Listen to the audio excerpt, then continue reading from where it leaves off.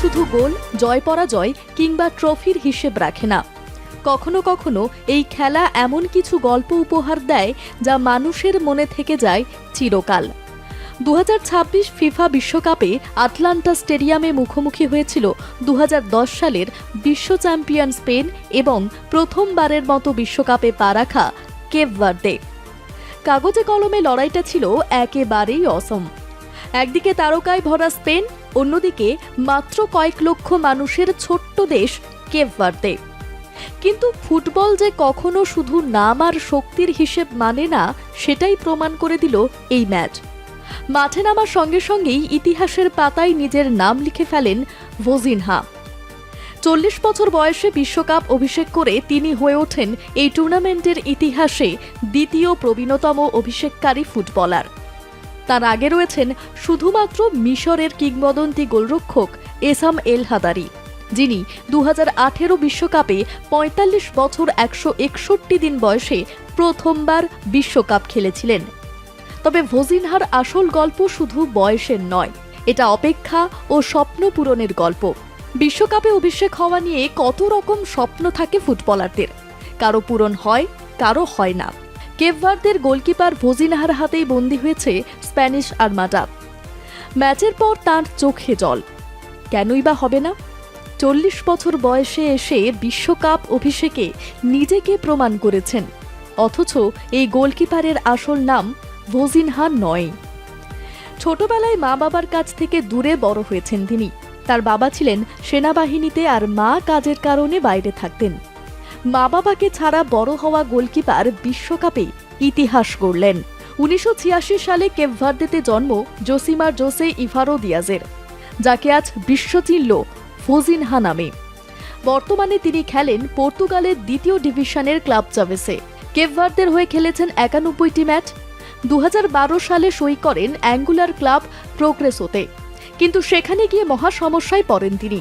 সেখানে জোসিমার নামে আরেক গোলকিপার ছিলেন, তাই জার্সিতে ওই নাম ব্যবহার করা যাবে না, ব্যবহার করতে হলো ডাকনাম ভোজিনহা, ইংরেজিতে যার অর্থ গলার স্বর।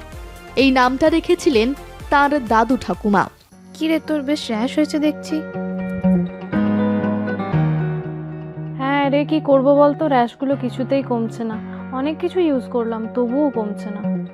আমার মনে হয় তোকে কোনো একজন ভালো ডার্মাটোলজিস্টের কাছে দেখানো উচিত। তুই ঠিক বলেছিস, কিন্তু কোনো ভালো ডার্মাটোলজিস্ট থাকলে একটু সাজেস্ট কর না প্লিজ। এই তোর তো একবার র্যাশ হয়েছিল না? তুই কোথায় দেখিয়েছিলিস?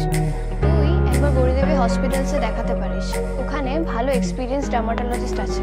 আমারও সেম প্রবলেম হয়েছিল, এখন ওখানে ট্রিটমেন্ট নিয়ে আমি এখন ঠিক আছি।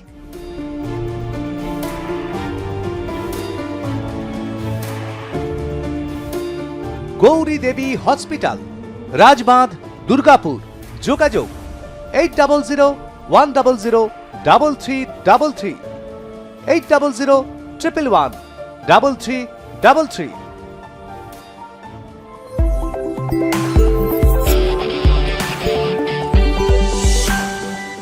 নামটা বড্ড স্পেশাল।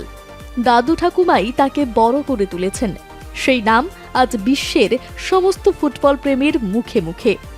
স্পেনের বিরুদ্ধে ম্যাচে যেন একাই দুর্গ হয়ে দাঁড়িয়েছিলেন ভোজিনহা। 74% বল দখলে রেখেছিল স্পেন। গোলের উদ্দেশ্যে নিয়েছিল 27টি শট, কিন্তু প্রতিবারই তাদের সামনে বাধা হয়ে দাঁড়ান কেপ ভার্দের এই গোলরক্ষক। একের পর এক দুর্দান্ত সেভ করে তিনি স্প্যানিশ আক্রমণ ভাগকে হতাশ করেন।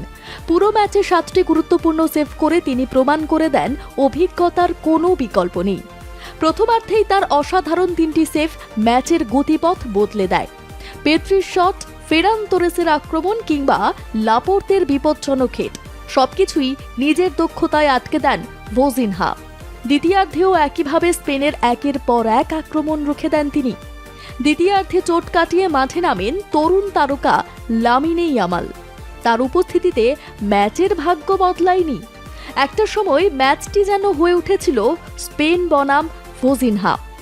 শেষ পর্যন্ত ইউরোপের অন্যতম শক্তিশালী দল স্পেনকে গোলশূন্য ড্রয়ে আটকে দিয়ে ঐতিহাসিক 1 পয়েন্ট অর্জন করে কেপ ভার্দে। আর সেই ইতিহাস করার কেন্দ্রবিন্দুতে ছিলেন 40 বছরের এই গোলরক্ষক। ম্যাচের শেষে আবেগ ধরে রাখতে পারেননি ভোজিনহা। চোখের জল নিয়ে তিনি বলেন, দেশের হয়ে বিশ্বকাপে খেলা তার কাছে সবচেয়ে বড় সম্মানের বিষয়।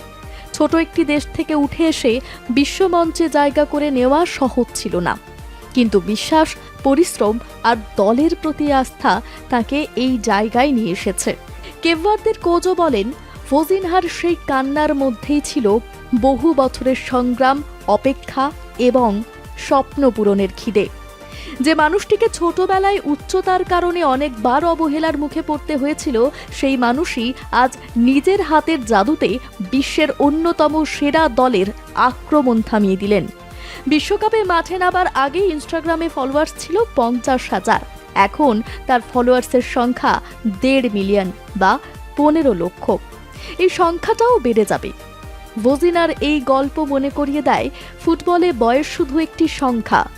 স্বপ্ন যদি বেঁচে থাকে তাহলে 40 বছর বয়সেও ইতিহাস লেখা যায়। বিশ্বকাপে এখনো অনেক পথ বাকি, সামনে আরও কঠিন পরীক্ষা অপেক্ষা করছে কেপভার্দে এবং ভজিনহার জন্য। এখন গোটা বিশ্ব অপেক্ষায় এই বুড়ো কর্তা ভজিনহা বিশ্বকাপের মঞ্চে আর কি কি জাদু দেখাবেন। বিশ্বকাপে অভিষেক ভজিনহার এই ম্যাজিক নিয়ে আপনাদের কি মতামত জানান কমেন্ট বক্সে।